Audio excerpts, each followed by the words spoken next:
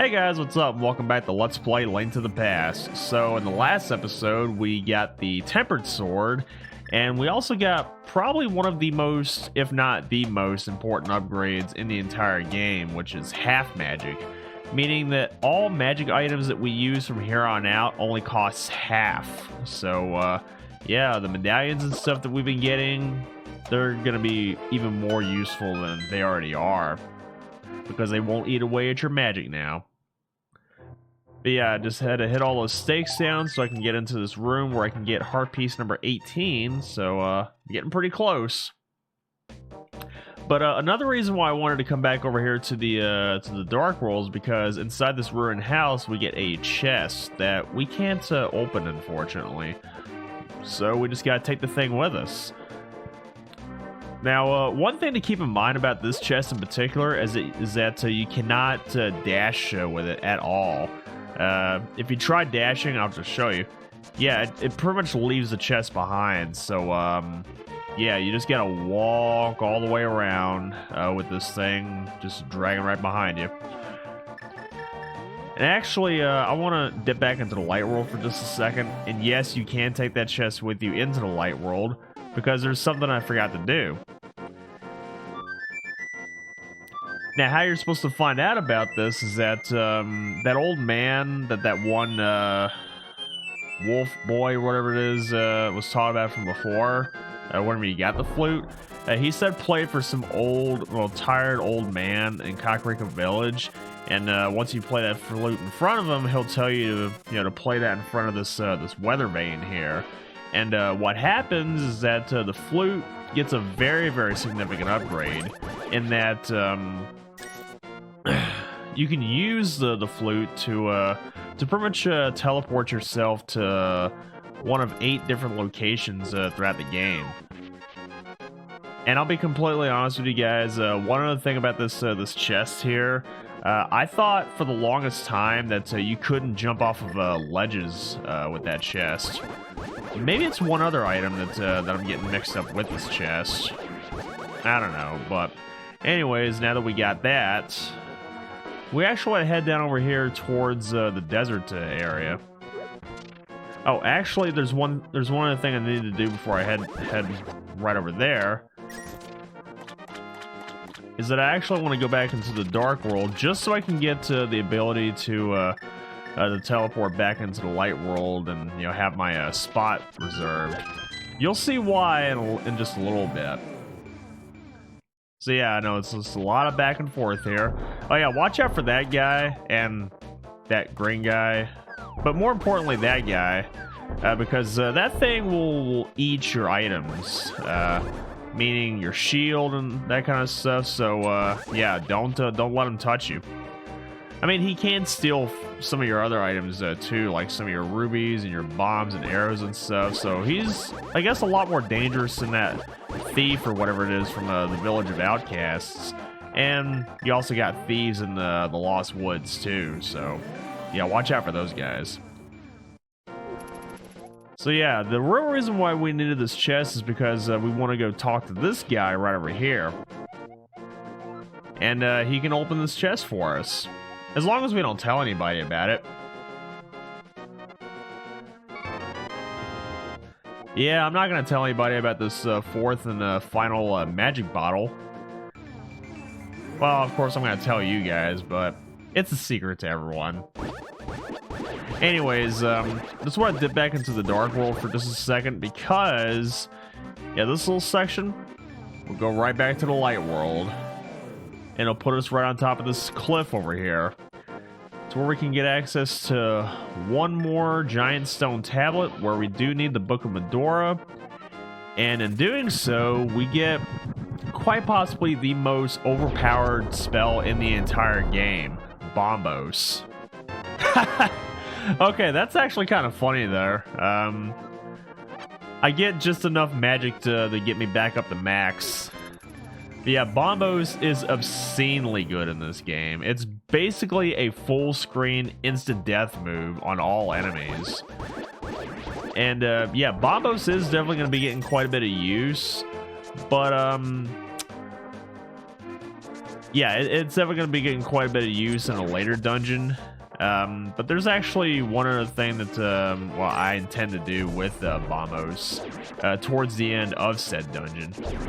But one more thing that I do want to do while I'm in this area right now is that I actually want to go ahead and well, grab a few more things before I head over to the next dungeon, which is up in the Lost Woods, or at least what used to be referred to as the Lost Woods. Okay, am I too far down? Right on there. And we get another fairy that's sitting right next to heart piece number 19. Nice. Okay, where's this guy gonna be at? Yeah, fuck you. Yeah, I think that's probably one of the most annoying enemies in this entire game. Just the fact that he's flying around, he likes, you know, bobbing and weaving, but more importantly, he likes dropping bombs on you a lot. So yeah, this guy can be a bit dangerous. So might want to watch yourself. Unfortunately, when you're in the water, there's really nothing you can do. And of course, coming out of the water really doesn't help you that much either. But yeah, I wanted to come back up here where to the area where we found the I thought that that boulder was going to protect me, but I guess not. But yeah, I'm coming back up here to that area where I found the ice rod, and I'm going to go into the other cave. As I've probably said before, that if you try going into this cave, you'll come up to this little wall over here that, well, you can just bomb open. And the reason why I want to do that is because, well, not only do we have some fairies in here, I mean, yeah, I could catch one of those, but I actually want to catch something else here. Yeah, you just bash into that statue right over there, and you can catch a particular bee. And it's a pretty good bee, we'll just put it that way. Alright, so when I was talking a little bit about the flute, I'll just show you what it does. Yeah, you see, we get the Aflac duck just flying out of nowhere to come pick us up and take us to one of 8 different locations that we can choose. So I'm gonna go over to Kakariko Village because it puts me closer to the next dungeon that I want to go to. And since we got the Titan's Mitt, we don't have to worry about having to make this long trip up and around to get over here to this portal anymore. Now, unfortunately, the flute does not work in the Dark World. I'll show you that. See? No duck, unfortunately. Which I guess that kind of makes sense, you know, because, I mean, you got that duck that's pretty much only available in the Light World, but that's a duck you're going to have to rely on if you want to be able to navigate around other parts of the Light World to get into other parts of the Dark World. We'll just put it that way. So, welcome to the Skull Woods. Yeah, this used to be the Lost Woods, but it's now the Skull Woods. And you got some of these pitfalls around here, and a couple of other little entrances and whatnot. Yeah, we're basically walking all across the third dungeon here, which is the, I think this one's just simply called the Skull Temple or something. Yeah, we got ourselves a new enemy up there, but give it just a second and you'll see another one pretty soon, hopefully.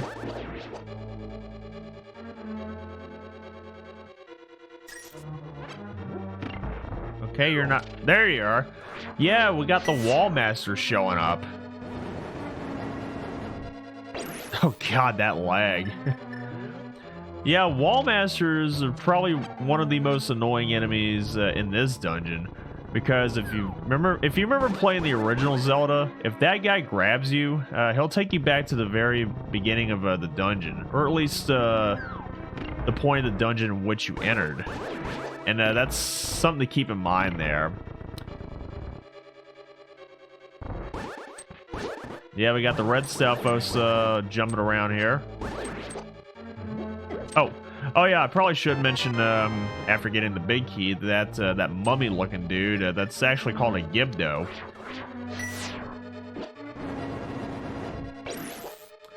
Yes, and apparently Ether does work on those one things that can disable your moon pearl.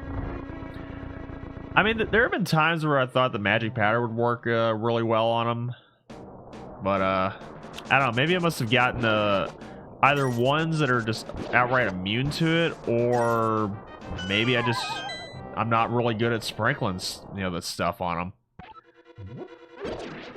Yeah, the thing about the skull dungeon, which I think is actually pretty cool, this is another case of a split dungeon, but this one, it's very split, like ridiculously split. The fact that you got multiple entrances to this dungeon and whatnot. So, yeah, that's something to keep in mind there if you plan on traversing this place. And eventually come across the fire rod, which we are going to need in order to, well, progress with the dungeon itself. But not in this room. We're going to be going back to another little entrance. Jumped right over me. What, are you trying to play leapfrog now? Yeah, I want to go back over to this little entrance right over here. And make my way over here to the left. Now, speaking of entrances, those pitfalls that I had mentioned before that are just outside of the skull dungeon there. Yeah, remember when I said that the wall master, whenever he grabs you, he'll take you back to the point in which you entered the dungeon? Well, those pitfalls actually serve as additional entrances to the dungeon itself. So if you get grabbed by a wall master, it's not a case of, okay, we'll just take you back to the front door. No, we're going to drop you at the point in which you entered in, including those pitfalls. So that's something to keep in mind there. So we got this thing. It looks like a giant sleeping xenomorph or something. I don't want to know what that tongue does. Kill it with fire. Oh, apparently burning this thing's tongue off awakens it and opens up another path for us. So yeah, here's the last section of the skull dungeon. Skull dungeon, or yeah, I think it's simply called the skull dungeon. Anyways, I've got an extra key on me, but that's only because I really don't want to waste a lot of time over here. But what you're supposed to do once you get over here is you're supposed to go down those stairs and then kind of feel your way around this little maze section right below. I mean, it may look like it's a bit of a straight shot to the end, but there's a lot of little walls you can bump into. And then you eventually go through there, and then you go down another walkway, and then eventually you make your way to that one chest right there towards the beginning, which contains a small key, which I've got one on me anyways, so I'm not going to bother going through all that. I know it's... I'm feeling a little bit lazy right now. I just really don't want to show you a whole lot. Yeah, nifty little puzzle with the floor things. All right, now, yeah, I think at this point I probably will show off Bombos. Just let me get a wall master to show up so I can burn him alive too. Oh, okay. I about got grabbed by one. That would have been bad. Yeah, Bombos is just obscene in this game. All right, so we got another classic, torch puzzle, but the thing is that the torches are so far spread out and over little platform or over gaps that we can't even, normally get to. So this is where we're gonna have to have the fire rod on us, so we can get to that other torch. And there's gonna be some more puzzles like that throughout the game, so something to keep in mind there. Oh, actually, I shouldn't do that. I should use, ether. Yeah, get down here, you. Yeah, freeze some of these dudes. And what do you think the odds are that one of them's gonna drop a big magic? Okay, that's a little one. That's a key. Well, I mean, yeah, that guy's bound to have a key on him anyways. Yeah, we got another little pitfall right over here. So, I want to try something here. Gonna drop down over here. And then we get what I think might be one of the more annoying bosses in this game. Mothula. And fun fact, this is the only boss that can actually be damaged by the good bee. And yeah, no other bosses can be touched by the good bee at all. Okay, for some reason the there we go. I thought that's that whirling blade thing didn't register with that guy at first, but okay, I made up for the last time. All right, I made up for my mistake from the last boss fight. But yeah, the good bee is the can only be, well, this boss can be damaged by the good bee. No other bosses can be touched by it at all. Even trying to use regular bees, I don't think I've ever actually used regular bees against this guy. But yeah, he does a little bit of damage and he just flies right off. Okay, I'm listening.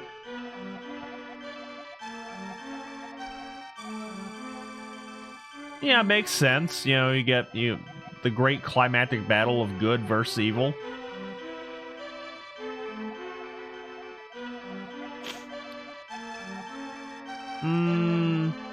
Give it a couple of 100 years and someone else might take its place. Descendants and whatnot.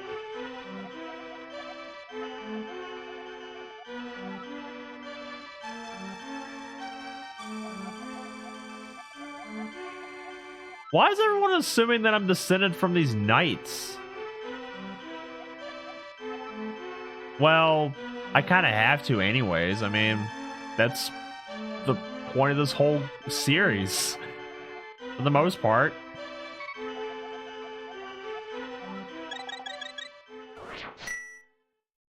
But yeah, that was the Skull Dungeon, and yeah.